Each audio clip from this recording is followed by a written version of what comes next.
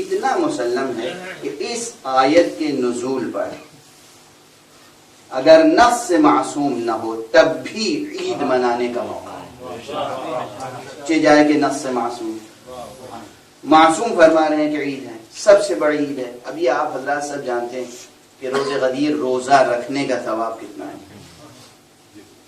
روزہ غدیر مستحب روزہ 120 سال کے روزوں کا ثواب، مستحب، واجب نہیں ہے، مستحب ہے، مگر 120 سال کے روزوں کا ثواب ہے اس ایک بار۔ آگے بڑھنا، یہ جو معصومین کے ہاں کلمات آتے ہیں، توجہ رکھیے گا، یہ نقطہ شاید اس فقیر سے پہلے کسی سے نہ سنا ہو۔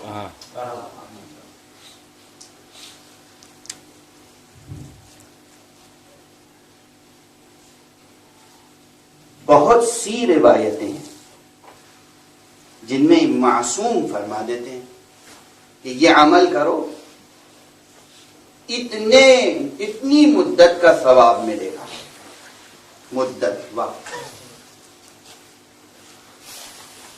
روزہ غدیر روزہ رکھو، 120 سال کے روزوں کا ثواب ملے گا۔ توجہ رہے، میں کیا عرض کر رہا ہوں، گفتگو مربوط ہے، تسلسل ذہن میں رہے پہلے جملے سے۔ یا ایک اور روایت سنتے جائیے، روزہ غدیر بھی زیارت امام حسین علیہ السلام، شب غدیر بھی زیارت امام حسین مستحب، زیارت امیر المومنین بھی مستحب۔ روزہ غدیر معجزے ظاہر ہوتے ہیں قبر مبارک امیر المومنین سے، جس کی روایت اپنوں نے نہیں غیروں نے کی ہے۔ بہت مشہور مصنف ہے عربی زبان کا، جس کی کتاب دنیا کی اکثر بڑی زبانوں میں ٹرانسلیٹ ہو چکی ہے، سفرنامہ ابن بطوطہ۔ ابن بطوطہ 18 عید غدیر کو نجف اشرف میں موجود تھا، اور اس نے اپنی آنکھوں سے معجزے دیکھے، بیماروں کو صحت پاتے ہوئے دیکھا، معلولین کو صحت یاب ہوتے ہوئے دیکھا۔ یہ معمولی روز نہیں ہے، اور اگر کوئی قبر مطہر و مبارک کے نزدیک نہیں ہے تو مایوس ہونے کی ضرورت نہیں، جس طرح زمانہ اور وقت ان کا محکوم ہے، ان کے آگے نہ زمان کی حقیقت ہے نہ مکان کی حقیقت۔ یہ تھوڑی کہ علی وہاں ہے ہم سے بے خبر ہے،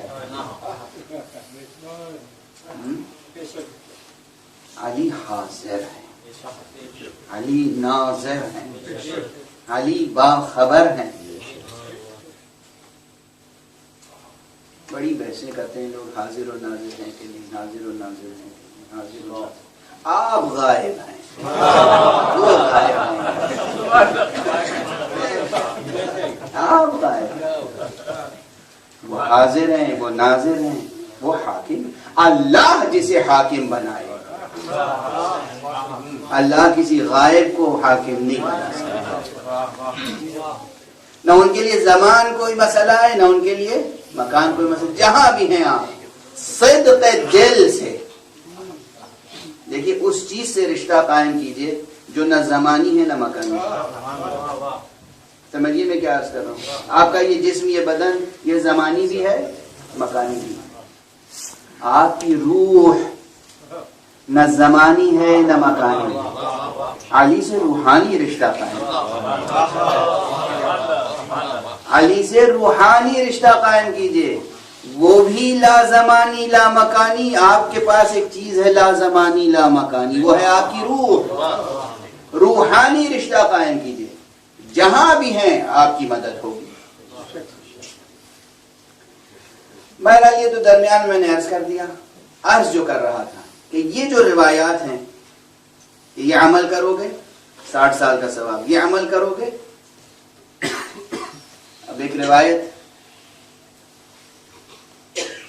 ایک ام المؤمنین سے ہے، حضور بیٹھے ہوئے، امام حسین تشریف لے آئے،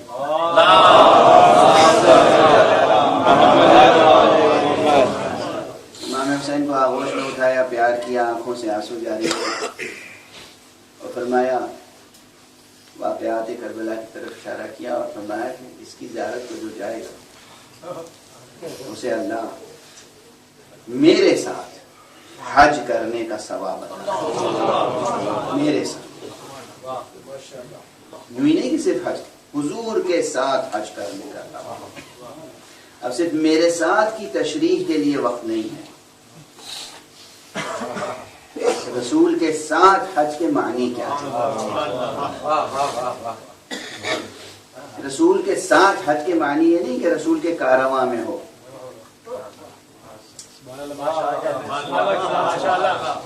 صرف اتنی بات نہیں، یہاں بہت گہری بات ہے۔ بہت سے لوگ رسول کے کارواں میں تھے، رسول کے ساتھ نہیں تھے کارواں میں، ساتھ نہیں تھے رسول۔ رسول فرمانے میرے ساتھ حج کرنے کا ثواب۔ انہیں حیرت ہوئی، تعجب لاحق ہوا کہ آپ کے ساتھ حج کا ثواب؟ کا ایک نہیں 10 حج کا ثواب، کا 10 حج کا ثواب، کا نہیں 10 نہیں 20 حج کا ثواب۔ ان کی حیرت بڑھتی گئی، پیغمبر کی عطا یہاں تک کہ روایت ہے آپ نے فرمایا 1,20,000 حج کا ثواب۔ توجہ ہے، بس یہاں ٹھہر جاتا ہوں، یہاں ٹھہر جاتا ہوں۔ اس طرح کی جتنی روایتیں، یہ ثواب عطا کرنے کا حق صرف اسی کو ہو سکتا ہے وقت جس کا محکوم۔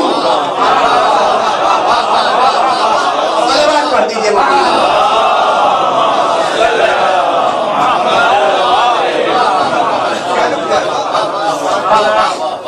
جو ہے محکومیت وقت کے معنی، بس میں تو لفظیں کہہ کے گزر جاتا ہوں اور بہت سی تفصیلات ذہن میں رہ جاتی ہیں۔ وقت کی محکومیت کے، وقت محکوم ہے ان کا، کہہ دیا 120 سال تو وہ 120 سال ہے، یہ مبالغہ نہیں ہے، دل جوئی نہیں ہے، دل جوئی نہیں ہے، مبالغہ نہیں ہے، کہہ دیا تو اس نے کہا ہے کہ جس کی زبان قول کن فیکونی کی امانت دار ہے، اس نے کہا ہے جس کا ارادہ کن فیکونی ہے، اس ولی نے کہا ہے جسے ولایت تشریعیہ بھی حاصل ہے، ولایت تکوینیہ بھی حاصل ہے، اس نے کہا ہے کہ جس کی بیٹی اگر کہہ دے کہ بیٹا تمہارا لباس رضوان لے کر آ رہے ہیں